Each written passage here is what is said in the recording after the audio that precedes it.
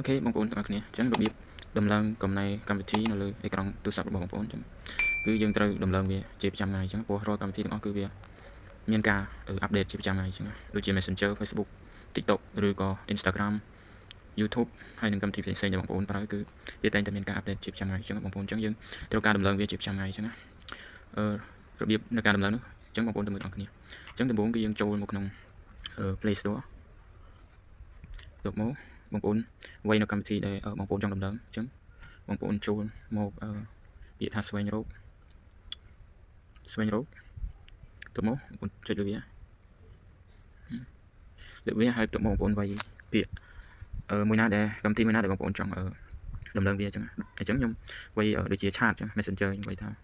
Messenger អញ្ចឹងវាចេញមកអញ្ចឹងវាចេញនៅកន្លែងនេះទៅមកយើងចុចលើវាមកពាក្យថា Messenger យើងចុចលើវាទៅមកវានឹងចេញ Messenger ឲ្យយើងអញ្ចឹងនេះបងប្អូនឃើញអត់កន្លែងហ្នឹងហើយដែលយើងត្រូវអាប់ដេតវាជាប្រចាំថ្ងៃអញ្ចឹងរាល់កម្មវិធីទាំងអស់គឺវាតែងតែមានការអាប់ដេតជាប្រចាំថ្ងៃមិនថា Messenger ឬក៏ Facebook អញ្ចឹងខ្ញុំចូលទៅវាយមួយទៀតដូចជាបងប្អូនមើលមួយទៀតដូចជាយើងវាយពាក្យថា Facebook អញ្ចឹងយើងចុចលើ Facebook មកបន្ទាប់មកវានឹងចេញដូចគ្នាបងប្អូននេះគឺឲ្យយើងដំឡើងកំណែដូចគ្នាកន្លែងហ្នឹងបងប្អូនដាក់ថាដំឡើងកំណែអញ្ចឹងបងប្អូនចុចលើវាមកអានេះគឺយើងកំពុងអាប់ដេតហើយអញ្ចឹងហើយវិធីអាប់ដេតមួយទៀតនេះបងប្អូនអាចចូលទៅកន្លែងមួយទៀតអញ្ចឹងបងប្អូនថយមកវិញបងប្អូនចុចលើសញ្ញាព្រួយខាងលើនេះហើយបងប្អូនចុចថយមកវិញមកចុចថយហើយចុចថយទៀតហើយបងប្អូនគឺយើងដំឡើងនៅលើ App Play Store នឹងតែម្ដងអញ្ចឹងបងប្អូនគឺ App មួយនឹងដដែលអញ្ចឹងបងប្អូនចុចលើវាមកពឹបទៅមកវានឹងចេញរូប Gmail របស់យើងគឺបើសិនជាបងប្អូនអត់មានរូបទេបងប្អូនអាចចុចលើ Gmail របស់បងប្អូនអញ្ចឹងបងប្អូនចុចលើរូបនេះកន្លែងនេះទៅមកយើងចុចលើវាមកយើងចុចពឹបមកទៅមកវានឹងមានពាក្យជាច្រើនអញ្ចឹងយើងជ្រើសរើសពាក្យថាគ្រប់គ្រងកម្មវិធីនិងឧបករណ៍ចុចកន្លែងហ្នឹងចុចលើវាពឹបអូខេទៅមកបងប្អូនជ្រើសរើសពាក្យថាមានកំណែថ្មីបងប្អូនកន្លែងនេះបងប្អូនចុចលើវាមកពឹបទៅមកវានឹងមាន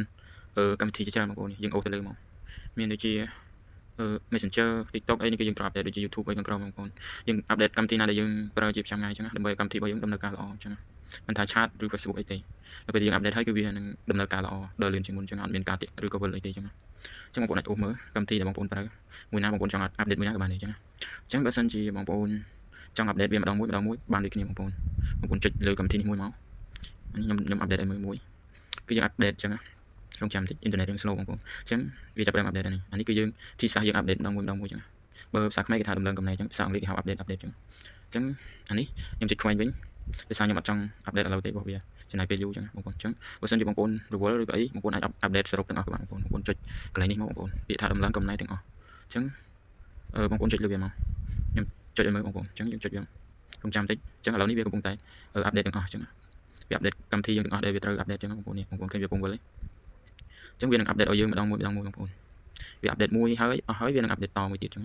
នេះវិធីសាស្ត្រក្នុងការយើងអាប់ដេតទាំងអស់អញ្ចឹងកុំឲ្យយើងចំណាយពេលយូរអញ្ចឹងនៅពេលយើងអាប់ដេតហើយយើងអាចថយក្រោយមកវិញបានបងប្អូនចុចបិទមកបងប្អូនអាចលេងកម្មវិធីផ្សេងៗបានធម្មតាអញ្ចឹងវីដេអូនេះមានតែប៉ុណ្្នឹងបងប្អូនបើសិនជាវីដេអូហ្នឹងបងប្អូនគិតថាវាមានប្រយោជន៍មានចំណេះដឹងដល់បងប្អូនសូមបងប្អូនកុំភ្លេចជួយ share ម្នាក់មួយផងបងប្អូនគុំច្រើន